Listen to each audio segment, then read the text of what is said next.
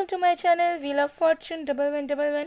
कैसे हैं आप लोग? आई होप कि आप सब बहुत अच्छे हो गाइस। आज की जो रीडिंग है वो कैंडल वैक्स रीडिंग होने वाली है और आज हम देखेंगे कि आपके जो पर्सन है अब जिनके बारे में भी सोच रहे हैं, चाहे वो आपके क्रश हो, लवर हो, एक्स हो, हस्बैंड या वाइफ हो, या किसी के साथ आप सिचुएशनशिप में हैं, तो उनकी करंट फीलिंग्स आपके लिए और आपके कनेक्शन के लिए क्या है। साथ में हम गाइडेंस भी देखेंगे और आपके पर्सन के चैनल मैसेजेस भी देखेंगे।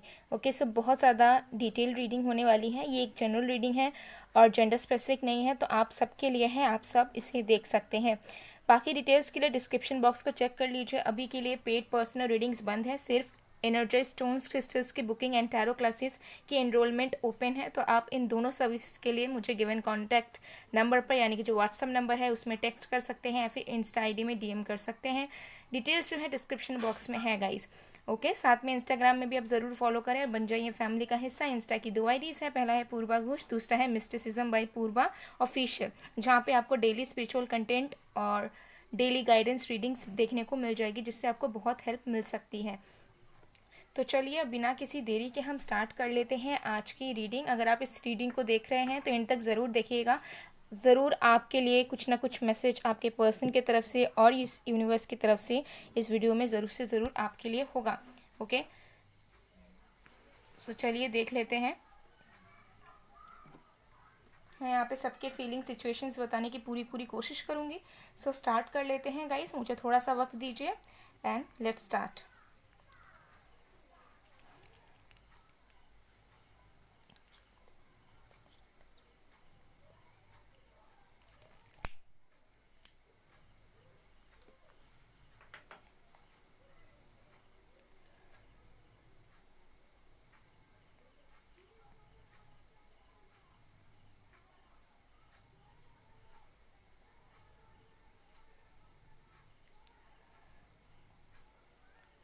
Let's start.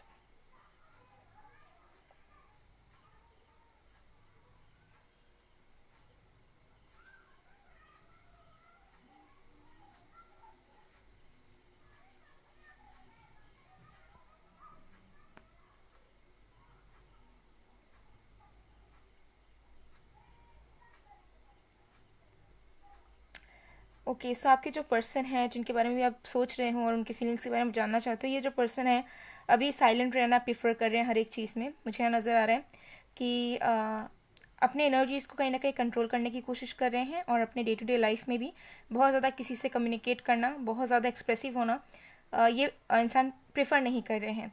सो अपने कंफर्ट जोन में हैं, अपने आप में हैं, अपनी कंपनी को एंजॉय कर रहे हैं और मुझे लग रहा है कि कहना चाहते हैं आपसे बहुत कुछ, बट अभी इनको साइलेंट रहना ठीक लग रहा है। सो अगर अभी नो कांटेक्ट है या आपकी सेपरेशन हो चुकी है, बातचीत बंद है एकदम से, या बातचीत अभी के लिए नहीं हो रही है, सो ये कहीं ना कहीं एक स्पेस ले रहे हैं जहाँ पे ये हीलिंग चाहते हैं, मतलब ये थोड़ा सा रिलैक्सेशन चाहते हैं। क्योंकि मुझे दिख रहा है कि इस पर्सन को पहले से बात करने में बहुत दिक्कत होती है, मतलब एक्सप्रेस करने में, और जब ये एक्सप्रेस कर देते हैं या कुछ बोल देते हैं तो इनको ऐसा लगता है कि इनकी एनर्जी वेस्ट हो गई या फिर ये किसी को समझा नहीं पाए सामने वालों को अपनी चीज़ें। तो अभी के लिए मुझे दिख रहा है कि कुछ ऐसे मिसअंडरस्टैंडिंग्स ज़रूर हुई हैं पास्ट में। लास्ट टाइम आपकी जब बात हुई थी तब हो सकता है बहुत अच्छी तरीके से बात नहीं हुई, हो सकता है ये कुछ आपको समझाना चाहते थे, आप कुछ और समझ गए, या फिर आप दोनों की बातचीत हो ही नहीं पाई ढंग से, जिसकी वजह से इस पर्सन को ऐसा लगता है कि ये इंसान जो है अपनी फीलिंग्स को लोगों के सामने ला नहीं पाते हैं, कम्युनिकेट ढंग से नहीं कर पाते हैं, जिसकी वजह से भी ये इंसान साइलेंट नजर आ रहे हैं। क्योंकि इस पर्सन को कुछ ना कुछ आपके कनेक्शन से रिलेटेड, आपसे रिलेटेड इस पर्सन को कहना है, पूछना है, बट उस पूछने में, उस कहने में जो एनर्जी की ज़रूरत है, उस एनर्जी को ये इंसान इन्वेस्ट नहीं करना चाह रहे हैं फॉर द करंट मोमेंट। ऐसी मुझे यहाँ पर एनर्जीज इस पर्सन की नज़र आ रही है। मुझे दिख रहा है कि ये इंसान अब अपने लाइफ में, पर्सनल लाइफ में भी बहुत ज़्यादा बैलेंस बनाने की कोशिश कर रहे हैं। मतलब पास्ट में मुझे नज़र आ रहा है कि इस पर्सन के अंदर कुछ इनर गिल्ट्स थे, या कुछ टॉक्सिसिटी बोलूँ या फिर कुछ स्टकनेस बोलूँ, वो थी।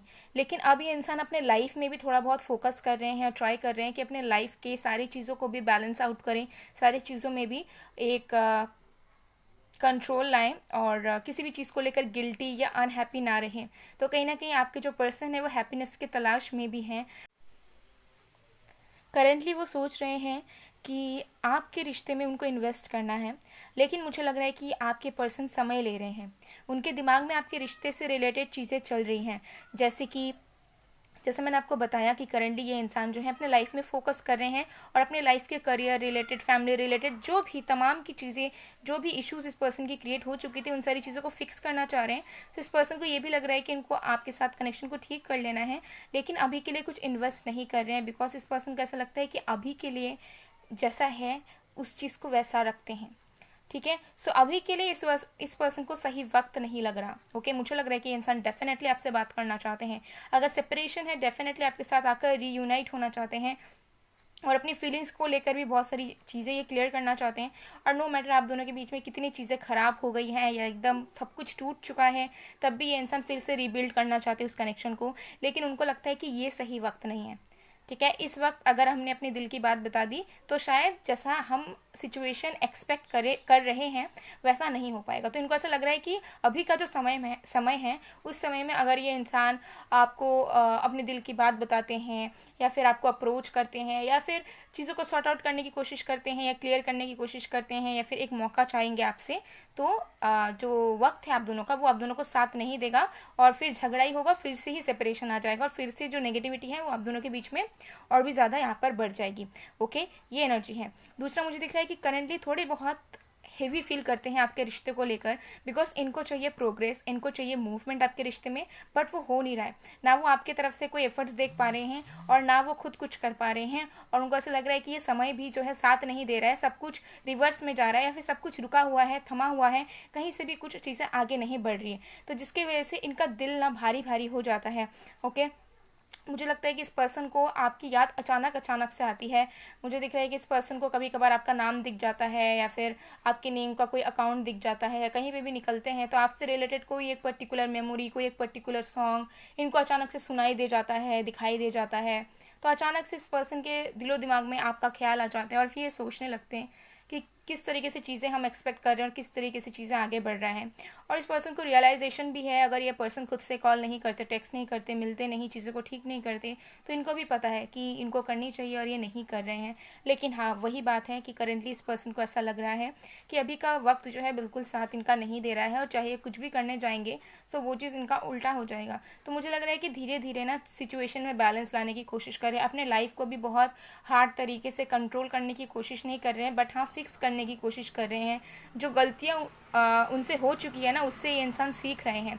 सो अगर इस पर्सन ने कुछ गलत आपसे बिहेव किया था, कुछ गलत बोला था या फिर इन्होंने सोचा होगा कभी भी कि आपके साथ चीज़ें नहीं चल पाएंगी आगे तक, तो अब कहीं ना कहीं अपने गलतियों से सीख रहे हैं, पछतावा है और सारी चीज़ों को समझ रहे हैं कि आखिर इनमें क्या कमी है। सो मुझे लग रहा है कि ये पर्सन अभी करंटली अपने सेल्फ इस्टीम इशूज़ को और ऐसी चीज़ें होती है ना जहाँ पे हम गलत हो जाते हैं, लेकिन जब हम कुछ गलती कर रहे होते हैं तब हमें समझ नहीं आता कि हम सही में कुछ गलती कर रहे होते हैं या किसी को, सामने वाले को हर्ट कर रहे होते हैं।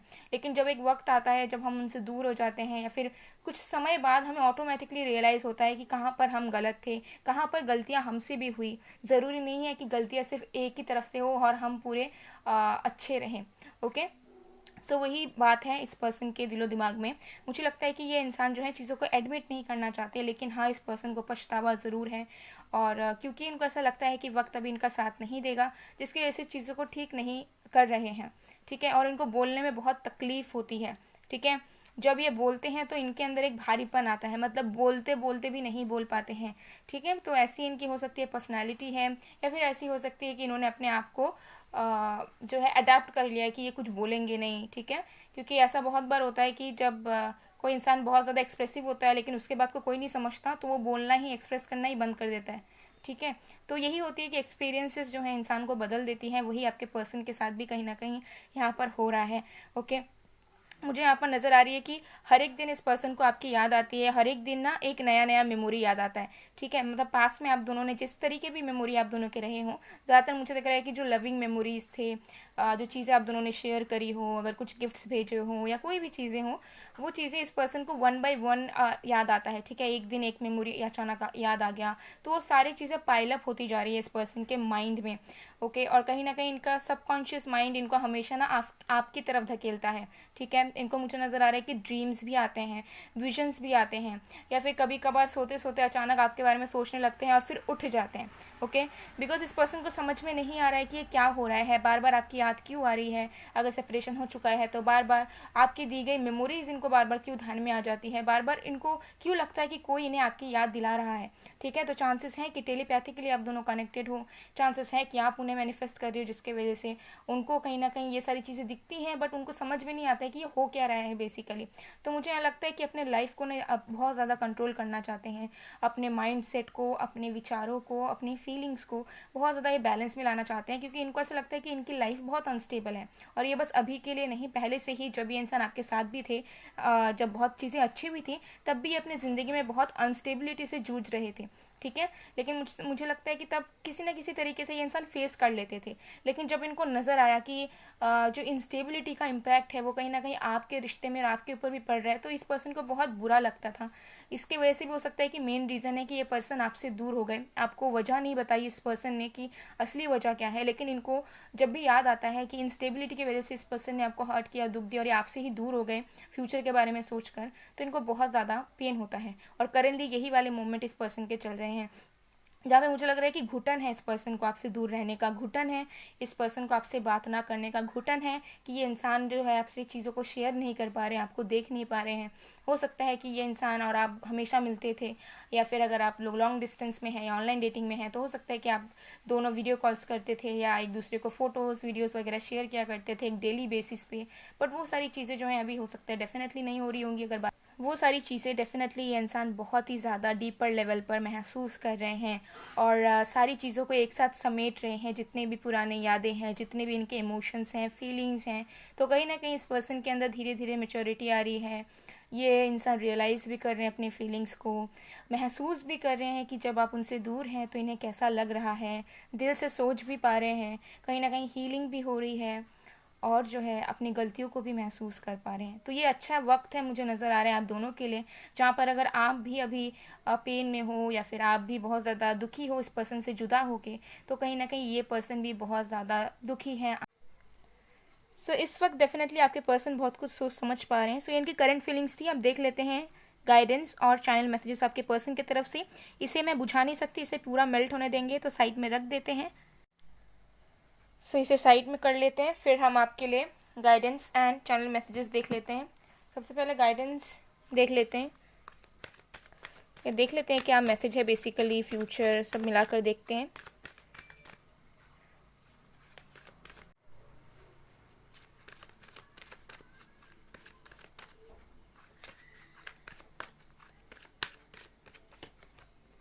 Elevation, you are making the conscious decision to raise your vibration of love। तो यहाँ पर मुझे लग रहा है कि आप दोनों के अंदर की जो फीलिंग्स हैं उसमें इम्प्रूवमेंट आ रहा है, उसमें आप दोनों जो है राइज हो रहे हैं और जितनी भी नेगेटिविटीज़ हैं वो आप दोनों के मन से नेचुरल तरीके से हट रही है और आप दोनों भी कहीं ना कहीं हटाने की कोशिश कर रहे हैं। सो अगर कोई भी खटास थी इस रिश्ते को लेकर, कोई भी नेगेटिविटी थी या कुछ भी चीज़ें थी, वो सारी चीज़ें हट रही हैं, सेल्फ इम्पोज थॉट्स भी हट रहे हैं और मुझे लग रहा है कि आप दोनों के अंदर as an individual self love भी आ रहा है और साथ में आप दोनों को फिर से प्यार हो रहा है, फिर से आप दोनों एक दूसरे के प्यार में पड़ रहे हो। ये एक मेजर चीज़ मुझे यहाँ पर नज़र आ रही है। ओके, सो चलिए देख लेते हैं चैनल मैसेजेस आपके पर्सन की तरफ से आपके लिए। मैसेजेस है, सॉन्ग्स हैं, सब देख लेंगे। लेट्स सी, सबसे पहला है मुझे कुछ कहना है, तो डेफिनेटली कुछ तो कहना चाहते हैं, लेकिन कैसे कहें हो सकता है समझ में नहीं आता इनको, या हो सकता है ईगो बहुत है। मैंने मजबूरी में ये डिसीजन लिया, तो हो सकता है कि इस पर्सन ने जानबूझकर आपको हर्ट किया है किसी वजह के वजह से।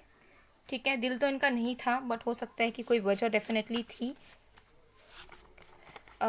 Everything ended except my feelings for you. तो अगर आपका रिश्ता बहुत टाइम पहले ख़त्म हो चुका है या अभी रिसेंटली ख़त्म हो चुका है, तो इस पर्सन को भी बहुत अजीब लगता है कि शायद ही चीज़ें ठीक हो सकती हैं, लेकिन फिर भी इनकी फीलिंग जो है आपको लेकर कांस्टेंट है और यही चीज़ ये पर्सन आपको बताना चाहते हैं।